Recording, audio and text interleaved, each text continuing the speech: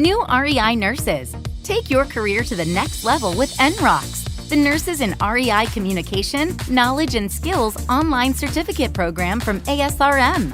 NROCS gives you practical applications you can use immediately and the opportunity to interact with other REI nurses and content experts. Increase your understanding of REI, make new professional connections, and gain confidence in your nursing role.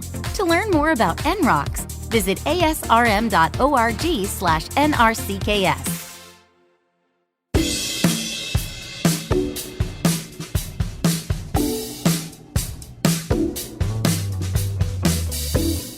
Welcome to ASRM Today, a podcast that takes a deeper dive into the current topics in reproductive medicine. I'm Jeffrey Hayes. Today on the show, we're talking about surrogacy. To guide us in this conversation is Dr. Brian Levine. Dr. Levine is the founding partner and practice director of CCRM New York.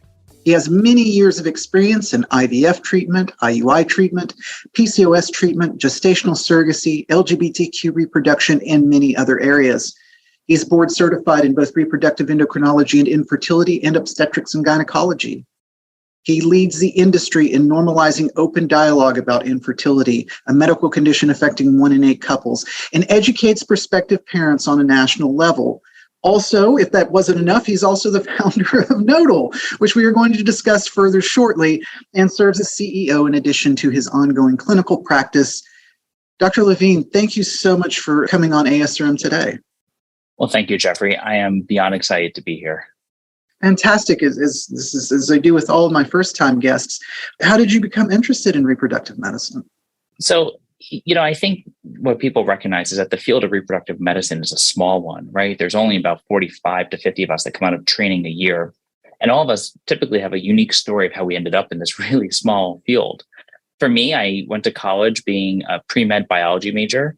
And then halfway through, I lost a parent to cancer and decided I didn't want to be a doctor.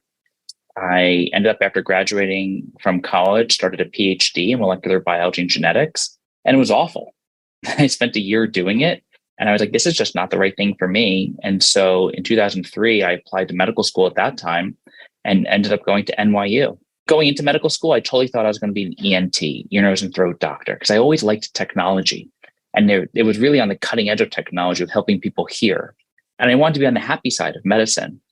Well, on the second day of med school, I heard a lecture about the genetic testing of embryos that completely transformed my life and actually is what led to my career today. That lecture to me was like Star Wars. It was like modern science and clinical practice, and it just blew me away. And ultimately, I decided that I wanted to be a reproductive endocrinologist. So I went to NYU for med school, Columbia for residency, and then I went to New York Hospital, Cornell for fellowship. Do you remember the title of the talk or the person that was gosh, I do. So It was the second day of med school. It was Jamie Griffo, who's the practice director and founder over at NYU, who I know has been on your podcast as well. And it was about the ethics of reproduction. And the topic of the discussion was they had just had a couple who had a first child affected by a devastating condition called cystic fibrosis. And they wanted to have another child in their family, but they didn't want to see their second child suffer from the same really debilitating disease that this first one had.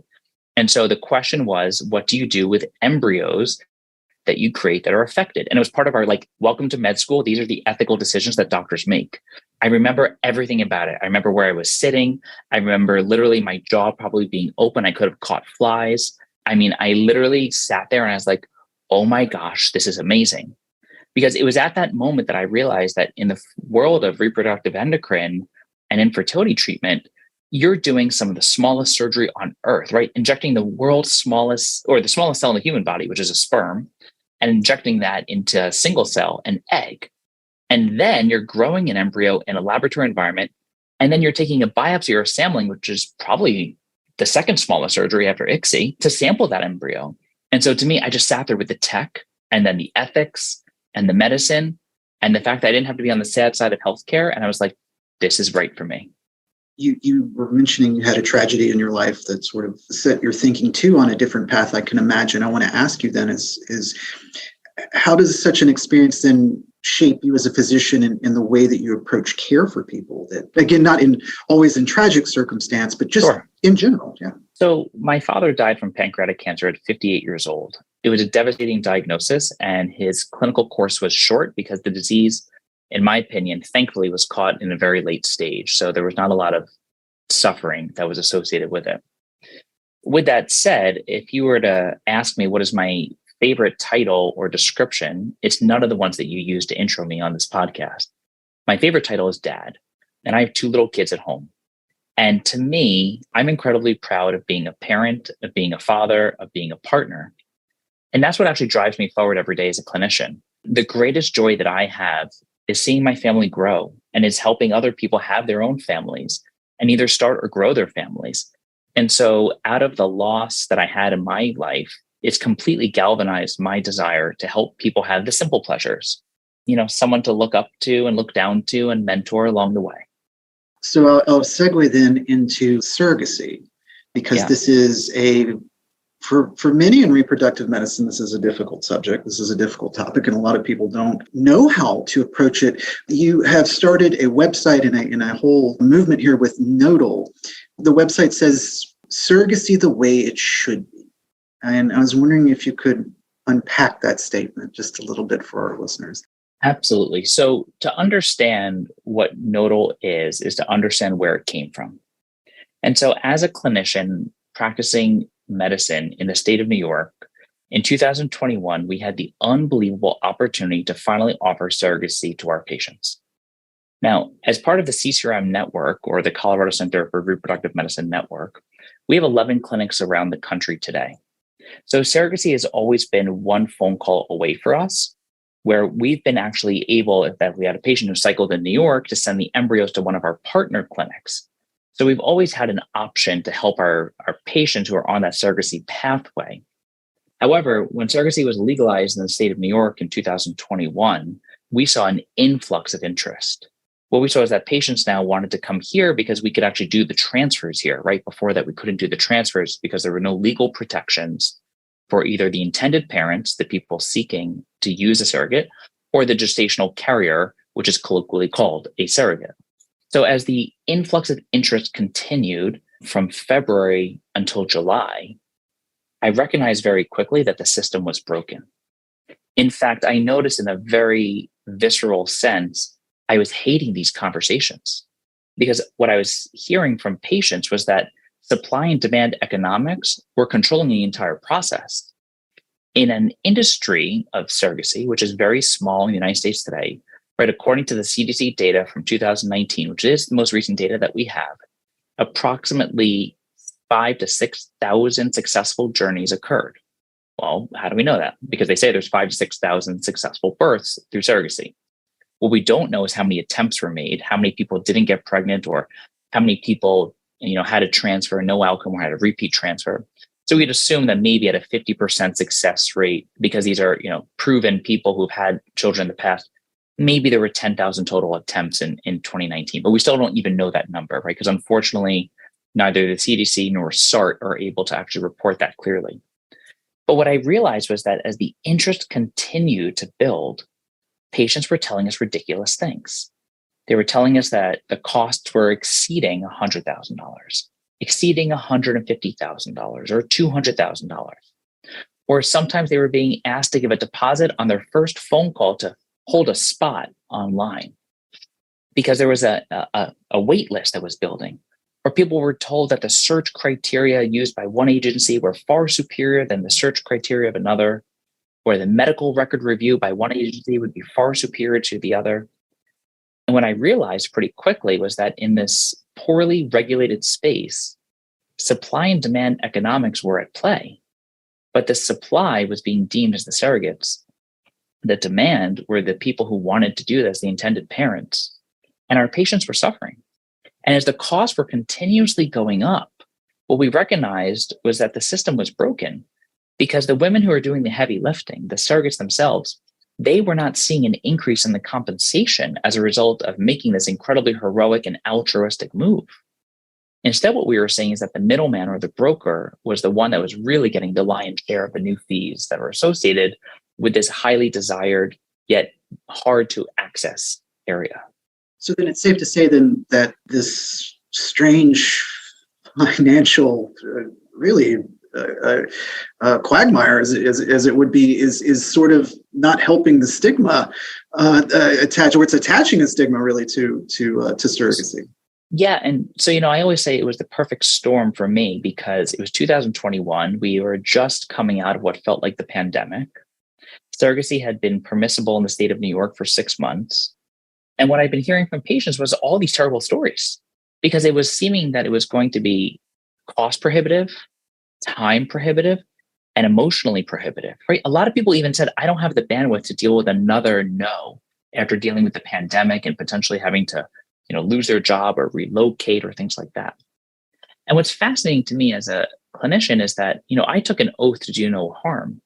And so what I started doing to patients, and I didn't even realize it until a patient called me out on it back in July of 21, was I said to a patient, we're about to have a terrible conversation. And she looked me square in the eye and she goes, what's so terrible? And I was like, we have to talk about surrogacy. And she goes, no, I get it. Like, I've had a number of transfers and I can't stay pregnant and we don't know why I can't stay pregnant. And I've come to grips with this. And I was like, yeah, but now we have to hurry up and wait. And you're going to have to hurry up and pay. And your employer actually doesn't even cover it. So this is going to be really expensive. And what I realized was that instead of having the excitement that we're going to try to figure out how to help this person on their path to parenthood, instead of trying to help this person get to their ultimate dream and goal of what I sometimes probably take for granted as a parent, I was basically saying to her that this is going to be potentially a couple broken promises and a long lead time. What do you then see? Is surrogacy sort of not the wave of the future in reproductive medicine, but you see it as something that needs to be perhaps utilized more? It's sort of an area that has a lot more potential than people are giving it. Absolutely. So in a country of 300 million people, I don't understand how there's less than 10,000 attempts in a CDC database. If we're seeing access to IVF and reproductive health really on the forefront of benefit payers' discussions with their employers, right? As we know, and I've heard on your podcast in the past, people talk a lot about the fact that employer-based benefits is actually one of the key determinants of people choosing to start or grow a family or not, because the cost matters so much. But here we are with a system out there today that's really poorly understood. It is not readily discussed. It does not feel accessible.